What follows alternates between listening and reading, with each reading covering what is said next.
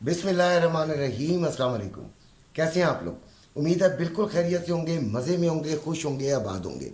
अच्छा जी, बात यह है कि मैं थोड़ा सा ये और नज़दीक कर लूँ तो वो ज़्यादा बेहतर होगा। बात यह है बच्चों कि कल के दिन हमारी ट्रेड्स काफ़ी कामयाब हुई।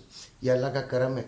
लेकिन मेरी एक नसीहत याद रखना कि जब फ़ायदा हो जाए तब भी उसे भूल जाओ, और जो नुकसान हो जाए तब भी उसे भूल जाओ। सिर्फ उनमें से वो पॉइंट याद रखो जिनसे आपने कमाया है या नुकसान किया है, और उन्हीं से सीख लो। बाकी फ़ायदा करने के बाद उछल कूद, ये डांस करना, ये छोड़ दो यार। ये अपनी शीट्स को शेयर करना, मैंने इतना कमा लिया, मैंने इतना कर लिया, मैंने उतना कर लिया, यार ये छोड़ दे। आपने जो सीखा है वो है आपका गोल्ड। जो आपने गंवा कर सीखा है वो भी आपका प्रॉफिट है। आपने हालांकि गंवा दिए हैं, पैसे गंवा दिए हैं, लेकिन ये चीज़ आपने हासिल कर ली है, अकल आपने हासिल कर ली है। तब आप एक कामयाब ट्रेडर हैं। ये नहीं कि यार आपने $100 एक ट्रेड पर फ़र्ज़ करें कमा लिए, आपने जनाब चीखम धाड़ मचा दी। किसी ने 1000 कमा लिए, किसी ने 2000 कमा लिए। भाई कमा लिए, ओके ओके, ज़बरदस्त हो गया। गंवा भी तो सकते थे। उस कमाने के पीछे जो रीज़न है वो ढूंढें। अगर तो आपने सिर्फ सिग्नल से कमाए हैं, और अगर आपने अपनी अकल से कमाए हैं तो उसको फिर लिख लीजिए। एक बात और भी, कोई भी आज अक्सर मैंने नोट किया है कि कुछ मैं किसी की बुराई नहीं कर रहा हूँ, किसी ने कोई ऐसी बात कर जाते हैं कि गर्मियों में अक्सर ये होता है, इस महीने में अक्सर ये होता है, गोल्ड के हवाले से, गोल्ड मार्केट के हवाले से, कि जी इन इन महीनों में रेट नीचे ही आते हैं। भाई ये किसने कह दिया? ये कौन सी ये कौन सी स्ट्रेटजी है कि जनाब जून जुलाई अगस्त में ये होता है और सितंबर अक्टूबर नवंबर में ये होता है? भाई सीजनल नहीं होता गोल्ड।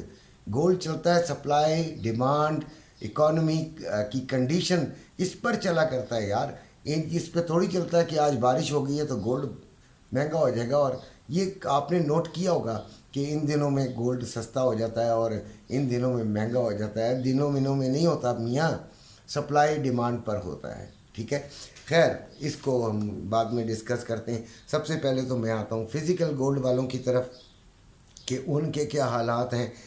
2,40,080 रुपये में बाइंग हो रही है और 2,40,700 रुपये में सेलिंग हो रही है। पीस की रवा 2,37,600 में बाइंग और 2,38,100 रुपये में सेलिंग हो रही है।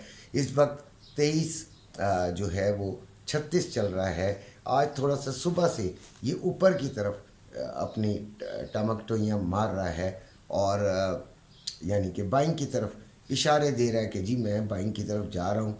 हो सकता है कि ये बाइंग ट्रैप हो और लोग ट्रैप भी हो जाए। आज के दिन का पहले तो हमने प्रोग्राम बनाना है कि हमने करना क्या है। जो रोज़ाना की ट्रेड करते हैं फिज़िकल गोल्ड के अंदर, वो भाई इसको नीचे यानी 22 तक जब तक नहीं आता अब इसको बाइंग नहीं करें। हमने कुछ बाइंग ली हुई है, उससे पहले हम बाइंग नहीं लेंगे। 2200 के अंदर जाकर फिर हम कोई फ़ैसला करेंगे। और सेलिंग कोई करना चाहता है, अगर उसको कोई प्रॉफिट हो रहा है तो वो ज़रूर करके निकल जाए, लेकिन ज़्यादा बेहतर ये है कि आप इसे होल्ड ही कर लें तो अच्छी बात है। आते हैं जो अपना मेन टॉपिक है उसकी तरफ। ग्रुप का नंबर मौजूद है, ग्रुप में शामिल होंगे तो ग्रुप की वैल्यू का पता चलेगा। ऐसे ही अपनी तरफ से तारीफ़ें करना ग्रुप की, ग्रुप में ये होता है और ग्रुप में वो होता है और ग्रुप में मज़े आते हैं, ग्रुप में डॉलर बढ़ जाते हैं, ग्रुप में एक दरख्त लगा हुआ है जिससे आप डॉलर तोड़ तोड़ के हासिल कर लेते हैं। ये सब बकवास है। ग्रुप के अंदर जब आप आएंगे ग्रुप की वैल्यू का तब अंदाज़ा होगा। लोगों को ये पता ही नहीं है कि ग्रुप होता किस लिए। अक्सर लोग ग्रुप को सिग्नल ग्रुप ही समझते हैं। सिग्नल तो होते ही हैं, सिग्नल तो लाजमी दिए जाते हैं, लेकिन इसके अलावा वो ग्रुप के अंदर बहुत सारी चीज़ों से आपकी जान छूट जाती है। आपकी सबसे बड़ी जान जो है आपका टेंशन, आपकी डिप्रेशन, आपका जो अकेलापन है वो ख़त्म हो जाता है। बाकी आपकी अपनी मर्ज़ी है, ग्रुप को ज़्यादा मैं प्रमोट करने की अभी कोशिश नहीं करता। ग्रुप माशाल्लाह ऑलरेडी जो है फ्लोरिशिंग, थैंक्स टू अल्लाह। और उसके बाद उन लोगों का शुक्रिया जो कि ग्रुप में एतमाद से आए। अभी हम गोल्ड ट्रेडिंग की बात कर रहे हैं तो 2336 पे जा रहा है। ग्रुप को मैंने सुबह ही सुबह सिग्नल दे दिए थे।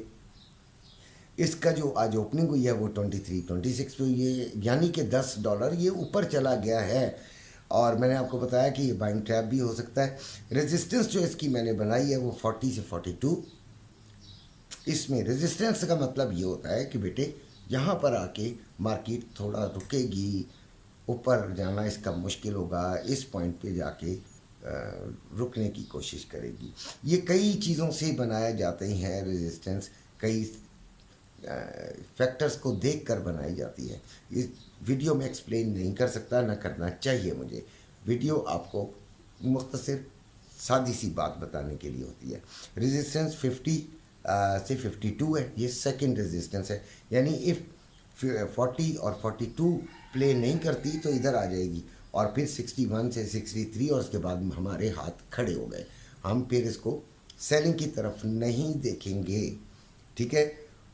और सेलिंग आपने अभी हमारे ग्रुप के अंदर जो हमारे एक एडमिन है नकवी साहब, उन्होंने 38 39 से सेलिंग का कह दिया है, ठीक है। 40 और 42 हमारा था, तो $1-2 का कोई फ़र्क नहीं होता, ज़रूरी नहीं होता पिन पॉइंट ही आपका बने, कोई इतना बड़े वैल्यूला नहीं होता।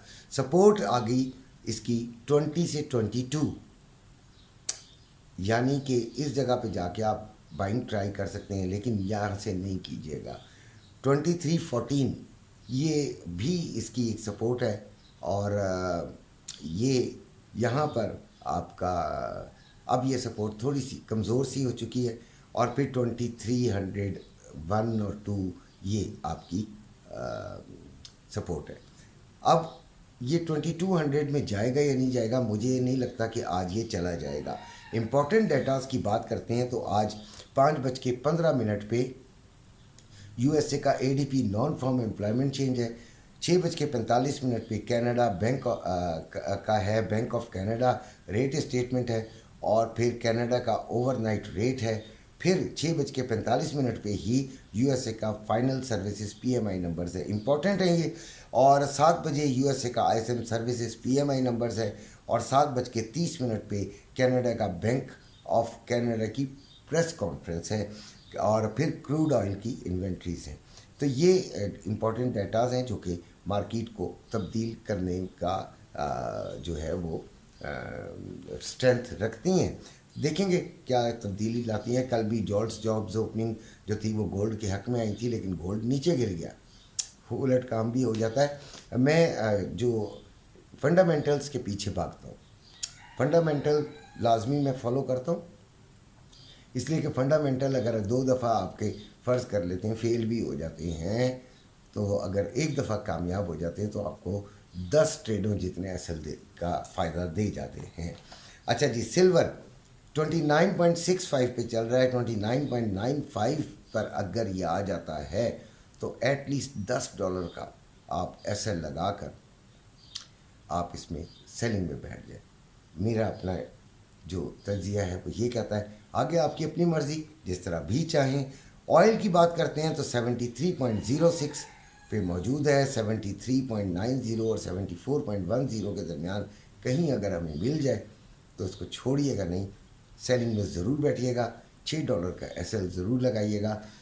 एक बात और, एसएल के बारे में अक्सर मैंने 1-2 ग्रुप्स में देखा है कि कहते हैं कि कोई बात नहीं, एसएल के बगैर बैठ सकते हैं आप, यानी इतने श्योर होते हैं वो, ठीक है, इतना ज़्यादा 100% श्योरिटी के साथ वो सिग्नल दे रहे होते हैं कि बगैर एसएल के बैठ जाए। और याद रखें कि अगर कोई ये बात कहता है तो खुदारा उसकी बात कभी ना माने, आप उसके सिग्नल को फॉलो करें बट विदाउट एसएल नहीं। ये मेरी नसीहत को याद रखिएगा, इसका कबाड़ा होते मैंने देखा है।